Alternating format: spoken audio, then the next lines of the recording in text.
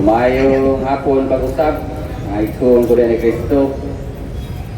May hapon usap sa mga kaigsunan natong Katoliko o sa mga dili Katoliko. So karon atong napamatud-an sa atong igsuon nga ang simbahan di ay sumala sa Biblia o sa kasaysayan walay lain kundi ang Iglesia Katolika. So daghang mga pamatuod, Biblia, kasaysayan, nga ang Iglesia, mao gyud ang Iglesia Katolika, mao ang tinukod sa atong Ginoo. Sumala sa Biblia mga igsoon, ang atong Ginoo nagtukod og katawhan, nagtukod og Iglesia. Mateo 6:18. Unsay gitukod? Iglesia. Sa English Church. Giingon din 18.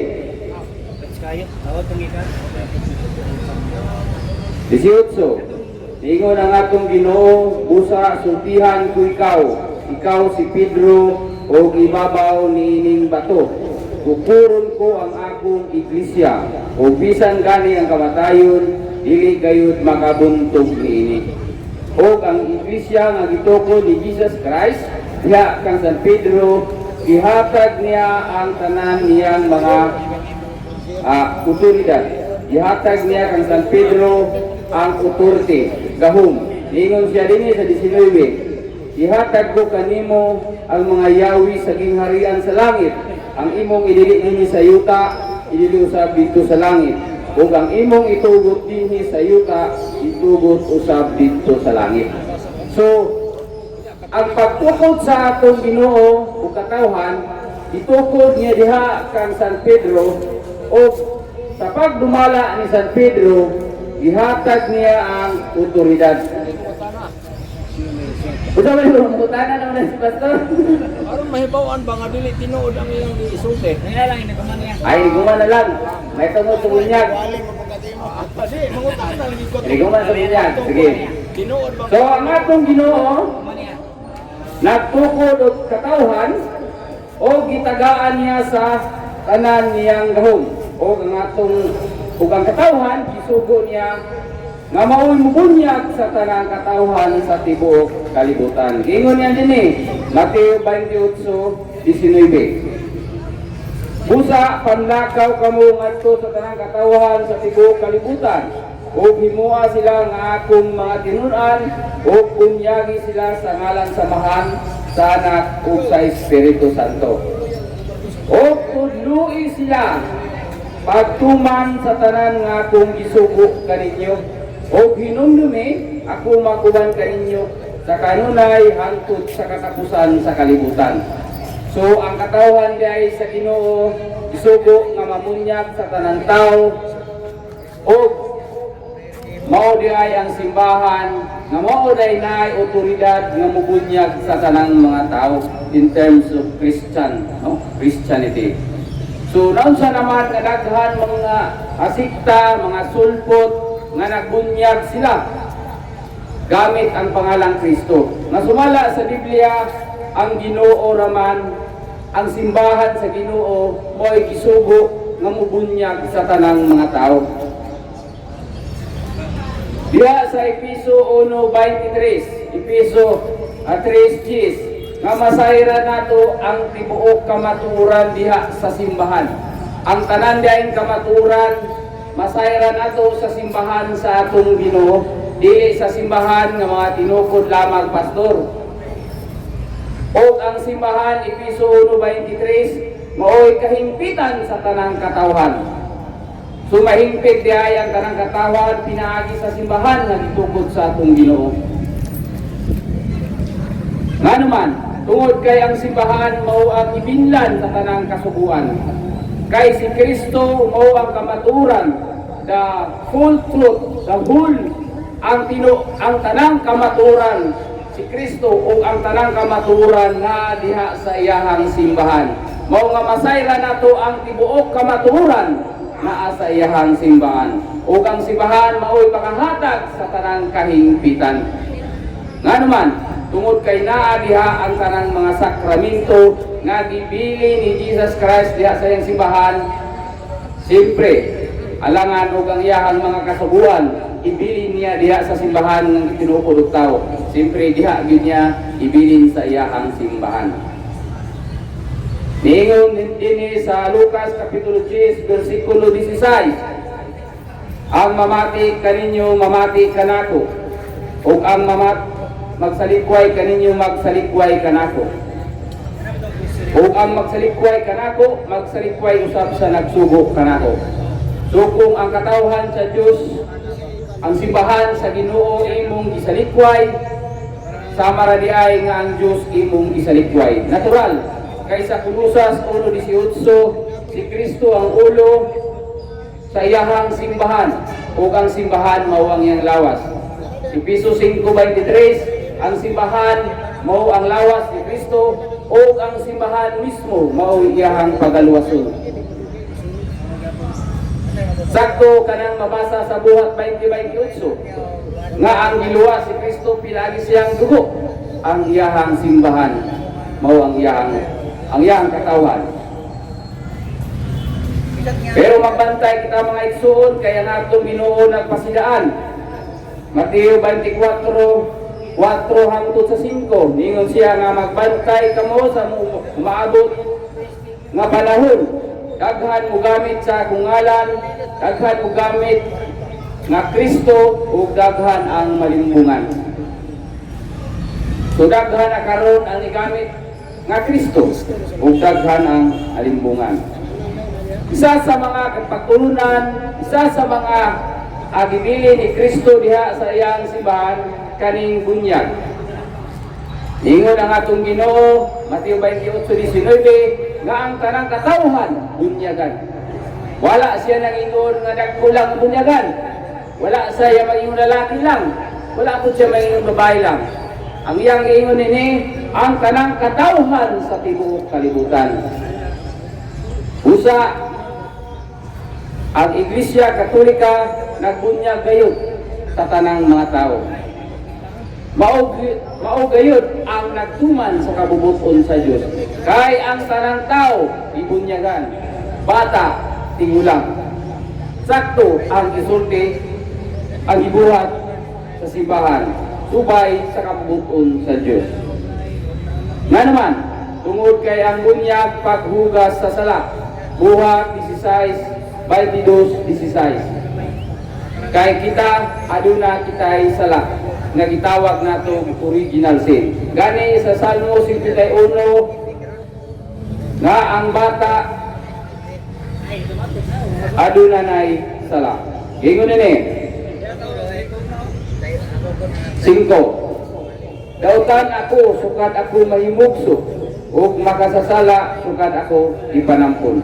Kay ang bunyag paghugas sa sala buhat 22:16 busa kinahanglan kitang magpabunyag. Nga naman tungod kay diha sa Juan Kapitulo 3 versikulo 3 hangtod sa 5, walay makasulod sa gingharian sa langit kung dili mabunyagan. Ingon ni Juan 3 at 3 hangtod sa 5. Ingon ni Jesus mitubag, "Tutihan ko ikaw, walay makakita sa gingharian sa Dios gawas kung siya mataw pag-usap."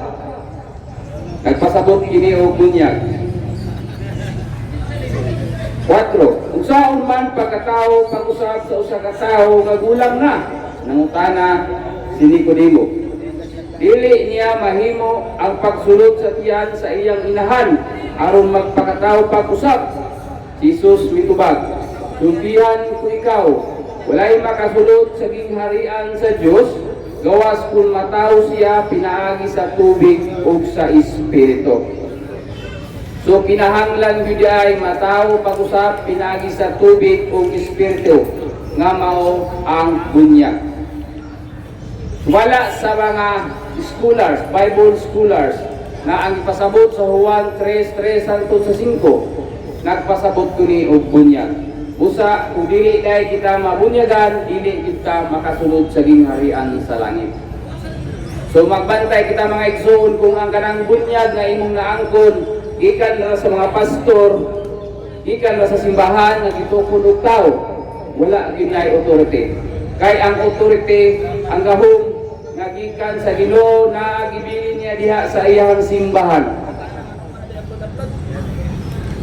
Kung ito kita nga ang bunyag makaluwas, kung siguradoon nga ang bunyag adunay connection dito sa mga apostoles nga mao ang ibinla ni Kristo sa tanan niyang mga sakramento. Ya saka Galacia 3:27 giingon din pinaagi sa bunyag mahimo kitang mga anak sa Dios. 26, pinaagi sa pagtuo kamong tanan na himong mga anak sa Dios sa kiusa ninyo kang Kristo. So paunsa nato mahiusa kang Kristo aron mahimo kitang mga anak pinaagi sa bunyag. Sa 27 ingon din ibunyagan kamo aron mahiusa kang Kristo ug busa nakaambit kamo sa kinaiya ni Kristo. So pinaagi sa bunyag nahiusa kita kang Kristo. Nahiusa kita diha sa usa ka lawas. Sa lawas ni Kristo nga mao ang iyahang simbahan. So kung dili ka mabunyagan sa simbahan ni Kristo, dili ka mahiusa diha sa iyahang simbahan. Kumaunay kamaturan mga igsoon nga ang tanang mga tao kinahanglan bunyagan diha sa katawhan sa Dios. Diha sa Marcos kapitulo 16, versikulo 16, ingon ni ang atong Ginoo mismo nagsugo nga ang matagusa magpabunyag. Ingon ni 15, mingon siya kanila, panglakaw kamo sa tibuok kalibutan ug sangyaw kining maayong balita ngadto sa tarang mga tao. Ang mutuo magpabunyag maluwas, apan ang dili mutuo silutan.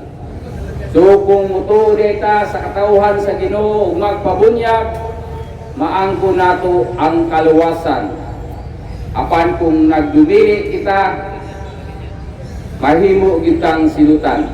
Mao na ang giingon niya sa Mateo 16:17 nga yun o kung dili gayud siya mamati kanila, isulti ang tanan ngadto sa iglesia. O kung dili siya mamati sa iglesia, isipa siya nga usa alangyaw o kubrador sa buwis. So kung ikaw nakahibalo sa kamatuoran nga ang simbahan sa Ginoo unya imong gisalikway, wala ka nang mati sa iglesia, isipon di ay ka nga kubrador sa buwis. Sa kultura sa mga Hudyo, kanang kubrador sa buwis mauna ang makasasala kanila. So murang itawag sa uban og pagtiwalag, isipon di ay ka nga kubrador sa buwis. Maunang ingon sa Mateo 12:30 nga ang dili dapit kanako batok gayud kanako. Kung ikaw nagtukod kag imong kaugalingong pagpulunan, kung ikaw nagtukod kag imong kaugalingong simbahan, og nakipagkumpetensya sa atong Ginoo, og gisalikway nimo si Kristo pinaagi diha sa iyang lawas, kaya ang iyang simbahan mao iyang lawas, sama ra di ay nga kalaban ka ni Kristo. Kay giingon dinhi ang dili dapit kanako batok kanako. Kung dili ka dapit kabahin sa simbahan sa Ginoo, batok kay ka sa kang Kristo. Susakto nakipagbatok sila. Nga naman tungod kay nagtukod sila ilahang kaugalingong pagpulunan, nagtukod sila ilahang kaugalingong simbahan, nagipagkumpetensya kang Kristo. Sakto nga batok yun ay sila sa Ginoo. Munang giingon sa Juan 21, City 21, nga dili tara nagatawag-tawag Ginoo kakasulod sa gingharian sa langit. Kadto lamang nagtuman sa kabubuton sa langit, kabubuton samahan. Kabubuton samahan nga iyang ipadala ang iyang bugtong anak, o ang iyang bugtong anak nagtukod og katawhan, o gibinlan niya sa tanang otoridad, gibinlan sa tanang kasubuan. O sa Juan 3:16, ang mutuo ug magpabunyag maluwas. Pero nga nung nagpasakop man mo sa simbahan, nagitukod ni Tibuloy, itukod og mga tao, itukod ni Felix Manalo, itukod ni Peter Suyungsi, Bulagin. Nasuwala sa Biblia, ang mutuo ug magpabunyag maluwas. John 3:60, for God so loved the world that He gave His only begotten Son. Kung kinsa kuno ang mutuo, makabaton sa kinabuhing walay katapusan. Tumaw na yung kamatuoran mga igsoon. Ang atong Ginoo nagtukod og simbahan. So kung mutuo ka sa Ginoo, tuo sa iyang simbahan. Nga naman, kay ang iyang simbahan, pagtulunan sa iyang simbahan, pagtulunan yun mismo kang Kristo. Kay ang Ginoo mismo naghatag personally diha sa iyahang katawhan sa tanan niyang mga pagtulunan. Huway kapuslanan ang inyong bunyag kung ang inyong bunyag dili gikan sa lawas ni Kristo nga mao ang iyang simbahan. Nga naman, mao usahay na uban nga dili gi-recognize ang ilahang bunyag. Bisang asa lang bunyag, pabalin-balin og bunyag, way kasiguraduhan kay way assurance. Pero ang usa ka bunyag tungod kay may usa lang kasimbahan, usa ka ulo si Kristo, ug usa ka Dios, usa ka pagtuo, usa ka bunyag, mao nga kung bunyagan ka sa simbahan Katoliko, di na gyud na mausab kay tinuod naman na. Dili naman na maiging nga piki kay sakto man na siya. Ingon si Kristo Efeso 5:4-5 usa ka pagtuo, usa ka bunyag. So kana sila bisag asa lang magpabunyag. Way kasiguraduhan kung asa tunuod ng ilahang bunyag. So pwede mong utara, ito mo sa bunyag.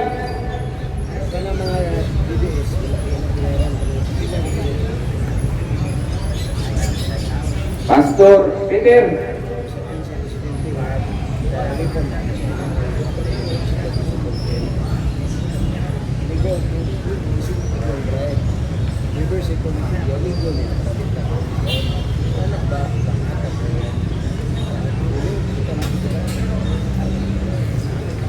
Ato inumduman mga igsoon nga ang bunyag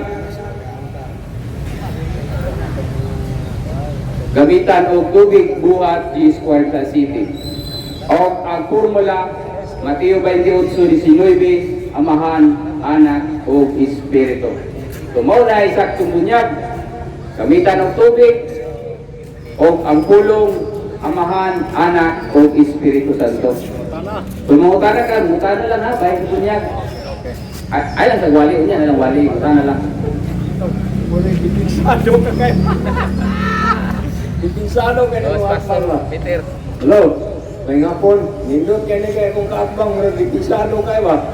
Ang ato ang tema ka na imong iwali, bunyag, naghiskot ka, Mateo 28:19, bunyag isa sa ngalan sa Amahan, ug sa Anak ug sa Espiritu Santo.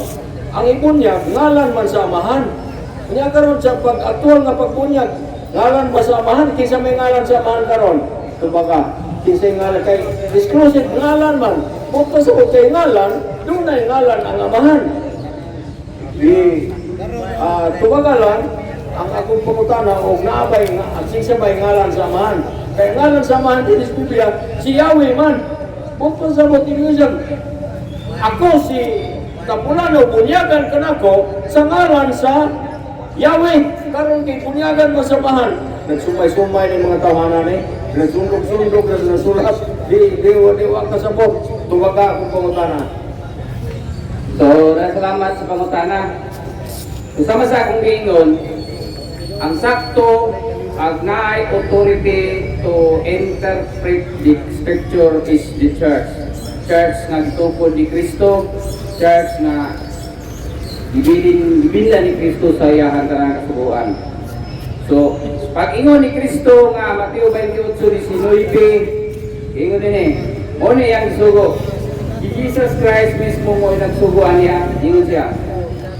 Busa panlakaw kamo ngadto sa tanang katawhan sa tibuok kalibutan, ug himua sila nga akong mga tinun-an, ug bunyagi sila sa ngalan samahan sa Anak ug sa Espiritu Santo.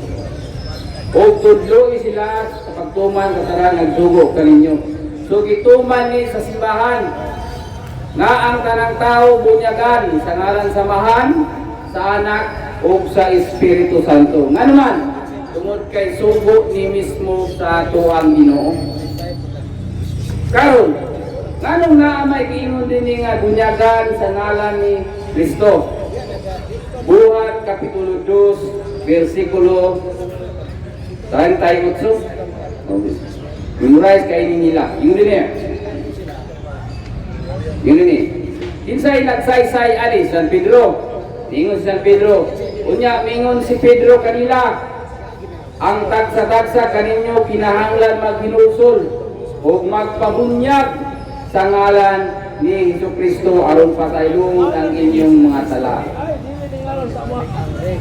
So ang pagpasabot, ang sipasabot ani mga igsoon, dili ni siya personal na pangalan. Kundi authority. Pag ingon gani sa ngalan ni Kristo, by the authority of Jesus Christ. Unsa may authority ni Jesus Christ?